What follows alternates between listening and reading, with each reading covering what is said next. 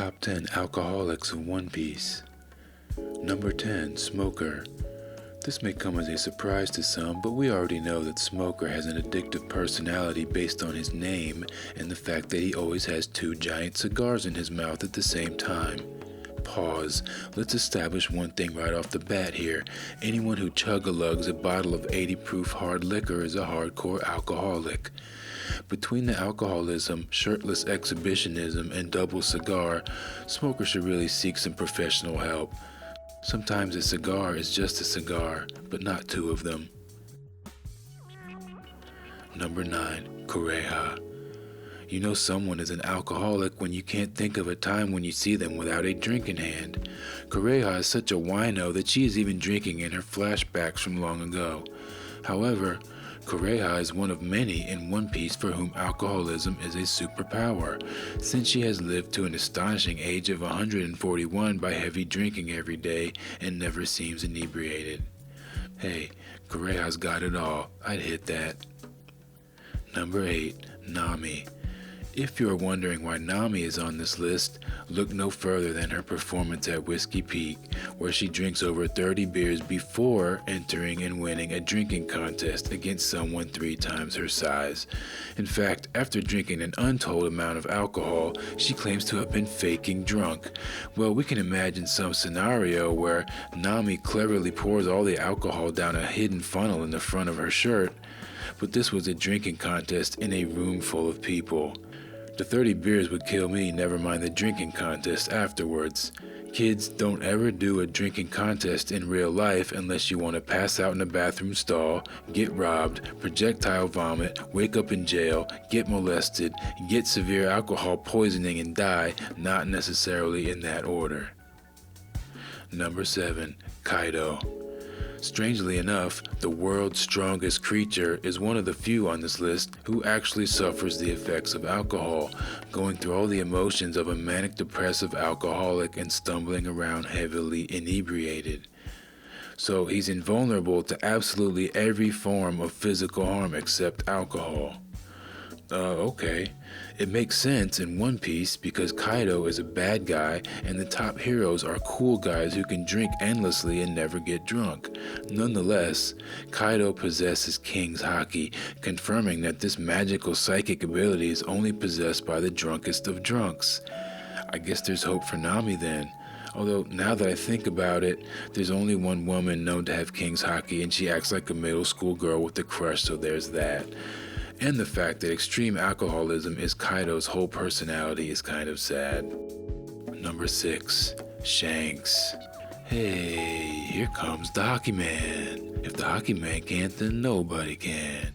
Except every time we see the Hockey Man, he's not performing breathtaking feats of hockey, he's getting shit-faced with his gangsters, showing how much of a fun guy he is when drunk partying and not out hockeying people to death with a hangover.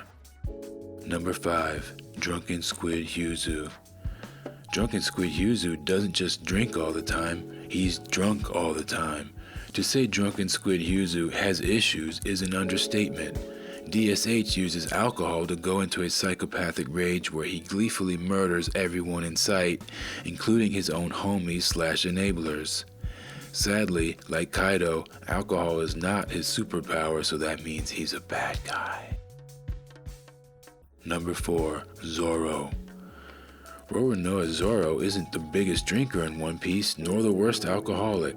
He's just the alcoholic we see most often, constantly demanding strong drink in between disembowelings. When everyone else wants food to eat, Zoro wants to get plastered first, except he is also a good guy and thus cannot get drunk, only his steely gaze gets steelier. You would think someone who wants to be the world's best swordsman would avoid a drug that destroys your timing, reflexes, and kidneys, but this is One Piece and alcohol is power, if you're a good guy.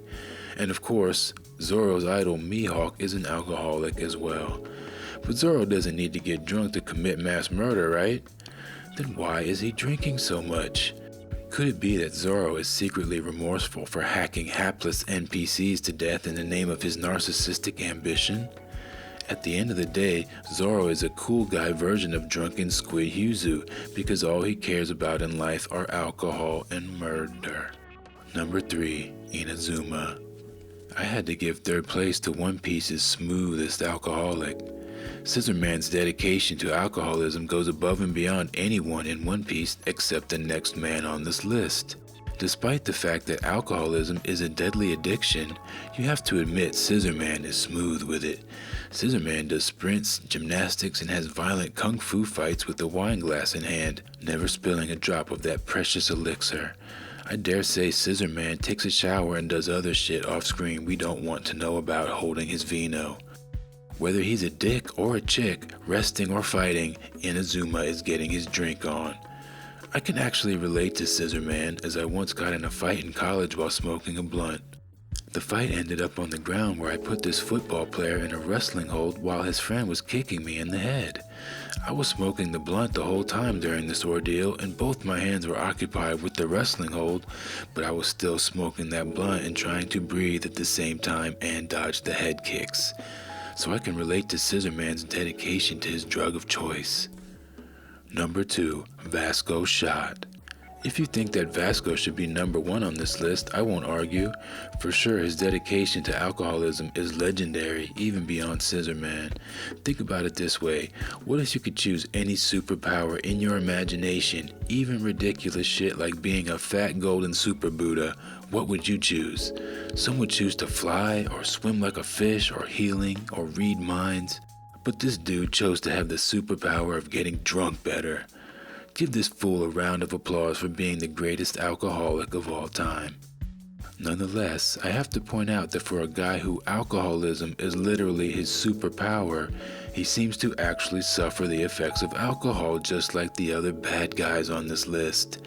Vasco is overweight with sunken eyes and red cheeks and slurred speech, and thus is perhaps the only character in One Piece who accurately portrays a hardcore alcoholic. It's almost as if the writer is saying that hardcore alcohol abuse is a trait of the greatest heroes, but only if they don't ever get drunk and fat or get bad livers as a result. Honorable mention goes to the whole Blackbeard crew, since Blackbeard himself is an alcoholic and the dock guy gets so drunk that he passes out on that horse. Number 1.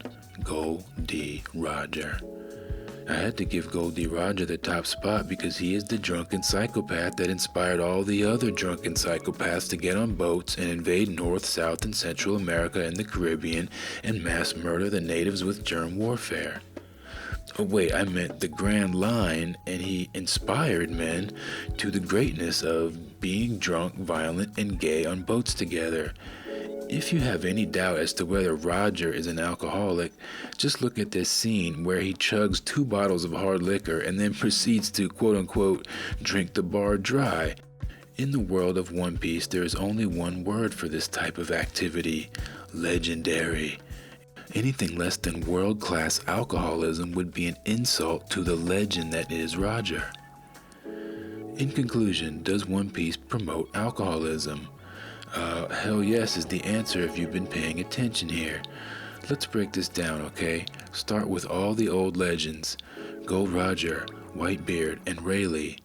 They were all alcoholics. Then you got the 4 Yonkos. Shanks is an alcoholic. Whitebeard is an alcoholic, replaced by Blackbeard, another alcoholic with a bottle on his costume. Kaido is a fall-down drunk, never mind alcoholic. Buggy is a binge drinker, and then you have Big Mom, who is also a hard drinker and is addicted to food. Now let's think about how this relates to the concept of hockey. Hockey determines the power level of a character in One Piece, but it also reflects that character's mental abilities, such as mental fortitude, intuition, and of course, Conqueror's Haki. So you mean to tell me the people who possess the greatest psychic power and mental abilities in the world are a bunch of drunks? That's weird because we know that alcoholics are hurt people who can barely cope with the pain or stress that they are under. We know that alcoholics suffer from health problems and cannot perform to a high standard athletically while inebriated. We know that alcoholics have a dangerous dependency on a deadly drug and likely some underlying mental health issues as well. However, in the world of One Piece, none of those things are true, and alcoholism is a superpower. It must be, since I just read you a list of the strongest, most brilliant characters, and 90% of them are alcoholics. Not just characters who have been depicted drinking alcohol, but have been depicted engaging in gratuitous alcohol abuse. The cartoon of One Piece is geared towards children and is considered fairly PG for the genre, even though it depicts psychopathic violence and gore in every episode.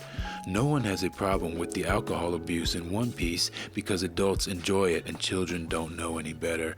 One Piece promotes alcoholism and no one cares because it is legal. But what if literally every major character in One Piece were snorting lines off each other?